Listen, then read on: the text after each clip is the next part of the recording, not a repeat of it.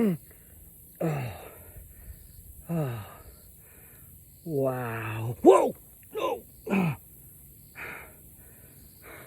How about that? Man, this has been one hard mole.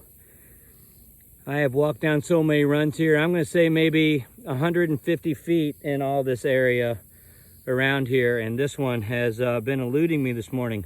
When he's coming back through his run, he's just barely moving it up, and the dirt is so dry. You could just barely see that he was coming back through. I would come back through from walks where I'd walked everything down, and then I couldn't hardly tell that it had been raised back to flat. And I'd put my foot there, and I would see it was barely raised back up again. So thought I would check this guy another time before I got some things to do today. And sure enough, there he is, working away. I know this neighbor is going to be excited. All right. God bless you all from the MOLiminator.